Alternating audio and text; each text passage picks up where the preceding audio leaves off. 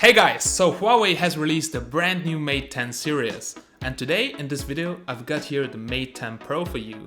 So I want to give you a quick review and tell you how artificial intelligence, also called AI, is going to change the way we use our smartphones. So let's go.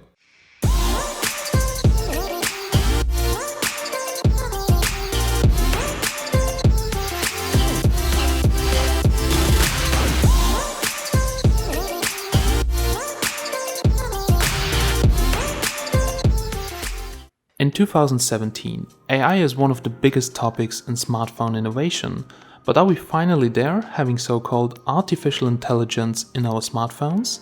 Now Huawei seems to think so, and the Mate 10 is the first phone coming with the new Kirin 970, which comes with a dedicated neural processing unit, also called NPU for AI. But before we come to that topic, let's have a closer look at the phone. I've got the Huawei Mate 10 Pro, which is a bit different to the normal Mate 10 and a bit more expensive. The device follows this year's flagship trend with Huawei's first full view display.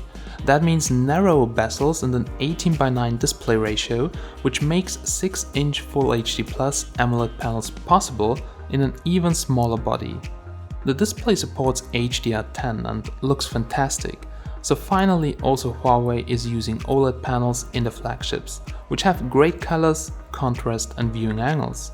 It's not a 2K screen, but to be honest, I love the decision because it allows you having a longer battery life. Now talking about the battery life, the phone packs a massive 4000 mAh battery inside, which can be recharged extremely fast with Huawei's new Safe Supercharge.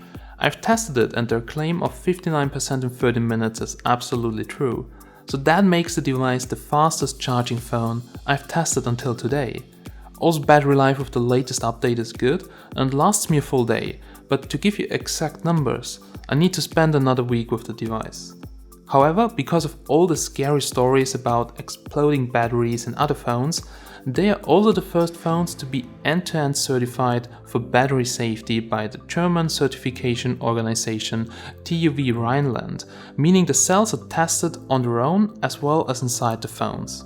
Inside of the fancy box you will find the phone. By the way, I've got the mocha brown version, a charger with cable, a soft rubber case and a Type-C to 3.5mm adapter. So yes, this time there is no headphone jack, at least on the Pro version. But in 2017, for me it's nothing bad anymore, because I mostly use my Sony Bluetooth headphones. However, the audio output over the adapter is good and powerful enough to drive even my big headsets. So the design of the phone looks really good. We have small bezels, small chin, and all in all a good display to body ratio. The materials are really premium. This time we have glass on the backside, which looks great but is a huge fingerprint magnet. Now all the buttons are placed on the right hand side of the frame, and at the top there is once again an IR blaster to control things like your TV or air condition. At the bottom there is a Type-C port and a speaker, which sounds well balanced and offers a bit of bass. So the Mate 10 Pro feels a bit smaller than the display size would suggest, though the small curves on the rear offer an improved in-hand feel. On the backside we can find the fingerprint scanner and the Leica branded dual camera system. Huawei claimed that their fingerprint scanner has a recognition time of 0.3 seconds. Now I can't prove that, but it feels incredibly fast. Probably one of the best fingerprint scanners I've used. The display looks really good and watching movies on the 6-inch device is a pleasure. So finally, the latest Mate smartphone also supports HDR10, which in a nutshell provides superb contrast with brighter hues, darker shades and greater color depth, resulting in vibrant, lifelike images that pop on the screen. The dual cameras on the backside feature a main sensor with 12MP RGB and with optical image stabilization, and the secondary camera is a 20MP monochrome sensor. The Mate 10 Pro is the first to have f1.6 aperture on both lenses, and Huawei says that this allows to let 90% more light in than the previous Mate smartphones and gives you a big advantage in low light photography. Flo and I attended the launch event in Munich, which was incredibly huge with many great people like Lou from Unbox Therapy, Danny Winchett, Mr. Who's the Boss and all the big YouTubers from the tech scene. Huawei also hosted a photo workshop where Flo could get some tips on shooting great pictures with the Mate 10 Pro. The results are looking pretty good for the released software, and as always, this is going to improve a lot, especially the noise reduction in low light. We did basically see a huge improvement on the last year's P series after a few updates, so stay tuned for a full camera comparison. Like previous Huawei devices, they come with a range of modes including portrait mode, a wide aperture mode, which lets you change the aperture before or after you take the picture, and several modes dedicated to low light photography. Also, I personally love the manual video mode and the ability to take raw pictures in manual mode. There's also a 4-in-1 hybrid zoom feature that aims to take the additional data provided by the larger monochrome sensor and use it for lossless zoom. Under the hood, we can find some great specs as always on the Mate series. The phones come in different versions, but I've got the 128GB version with 6GB of RAM and the Kirin 970 chipset. This powers Android 8 Oreo with Huawei's Emotion UI 8 on top. So just like on the Mate 9, this phone feels incredibly fast, and coming from a Galaxy S8, this UI feels really like a different universe. So it's very snappy, uses less than 50% RAM, and apps open up super fast. So Huawei also claims that the UI stays fast for at least 18 months, because most of the phones, like also my S8, tend to slow down over the time. In the beginning, when I had the Mate 9, I didn't like the UI so much, but now I got used to it and I kinda like it because it packs a lot of smart and great features like app cloning, built-in screen recording, lots of gestures and easy customizability with themes and software tweaks. The standard Mate 10 comes with 4GB of RAM and 64GB of expandable storage, while the Mate 10 Pro has 4 6GB of RAM and 64 128GB of storage. So it's too bad that the Mate 10 Pro doesn't come with a micro SD card slot, while the standard Mate 10 does. So the Mate 10 Pro offers IP67 dust and water resistance and providing durability that has been missing on previous Huawei flagship devices, though the Mate 10 does not. And also the Mate 10 series offers dual SIM support with voice over LTE. Now the biggest feature they have promoted was their AI chip. But many people don't even know what AI is and how this can improve our daily life. So as a global leading player like Huawei, I think it's very important to drive new technologies, and that's why they're among the first to implement it. The AI benefits are mostly seen during day-to-day use and help you with simple tasks and make your workflow and life faster and easier. So Huawei says that the NPU allows it to understand and react to the context of a user's action and provide recommendations to help. So right now you see the AI rocking the Mate 10's cameras. When you point the Mate 10 camera at an object, it recognizes the subject and automatically adjusts the settings.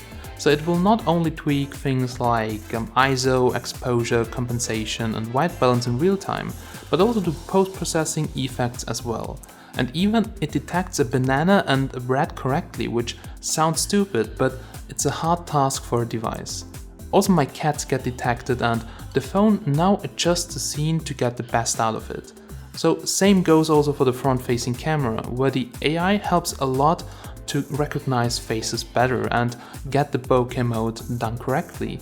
When reading a book, the NPU will also remind users to enable eye comfort mode, so like Huawei's blue light filter, or when taking a picture of a business card, the NPU will offer to scan the details in your phone book.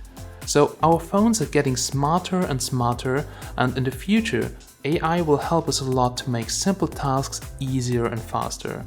Also, it's very cool that the translation feature, which translates text with your camera, is way more accurate than the previous versions.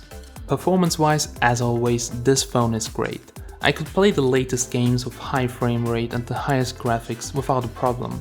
So definitely one of the fastest Android devices right now. Connectivity-wise, I had no issues until now. Great GPS lock time and signal, blazing fast Wi-Fi and good 3G and 4G speeds due to the support of data speeds of up to 1.2 gigabit per second.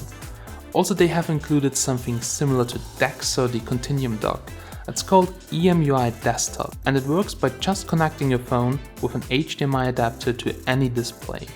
This even works on my 10-year-old TV, and then you can still connect the mouse or keyboard or even use the phone as a touchpad, which I think is incredible.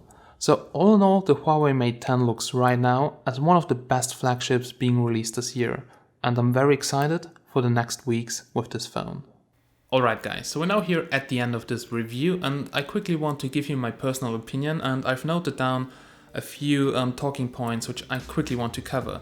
So first of all, Kirin 970 and AI. So I was not always a Kirin fanboy, but since the launch of the Mate 9, I started to like it because the processor was fast, it had the latest features for an affordable price. And we have the same here right now with the Kirin 970. It packs AI, not so expensive, great performance, and I think AI is going to be big in 2018. Probably right now you just have things like the camera and a few other things, but there are now things which you can't imagine right now, which basically will get developed. It's always like that. And developers are having ideas, then they make the software, and now they have the correct hardware to develop. And I think it's very important also as one of the biggest global smartphone manufacturers to drive innovation. And I really like what Huawei is doing there.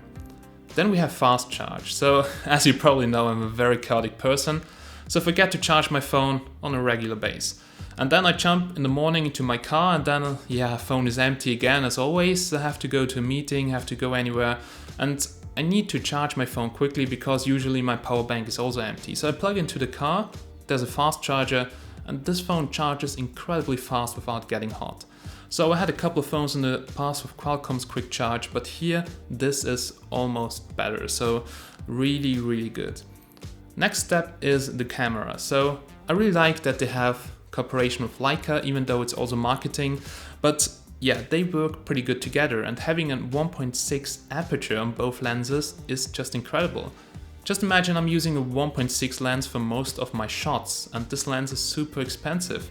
So having that in your smartphone gives you a lot of abilities, and this combined with the AI will get pretty awesome in 2018. I just can think about making videos with all the things I do manual being done by the AI, so to get the perfect shot, perfect color correction, everything done on your smartphone, and this is going to happen. Last but not least, design and screen. I was not a friend of 18:9 screen with the first phone being introduced in the beginning of this year, but right now I like it because the form factor is just so much better, and I have pretty big hands, but having something over 5.5 inches was always a pain for me, and having them in my pocket cracked a couple of phones, but the form factor with 18:9 is definitely better. And you have a good display to body ratio, as you can see, very tiny here at the bottom at the top. So I wouldn't go beyond 6 inches, but I think 6 inches is really a great size for enjoying media, doing work, and still having a pretty decent smartphone. Alright guys, so thank you so much for watching. I really hope that you guys did enjoy this video. If you have any questions, feel free to ask them down below. I'll try to answer them as soon as possible. And stay tuned for a couple of more videos like the full review, camera comparison, and something more. Alright guys, so thank you so much for watching, have a nice day, and I'll catch you in the next one. Bye bye.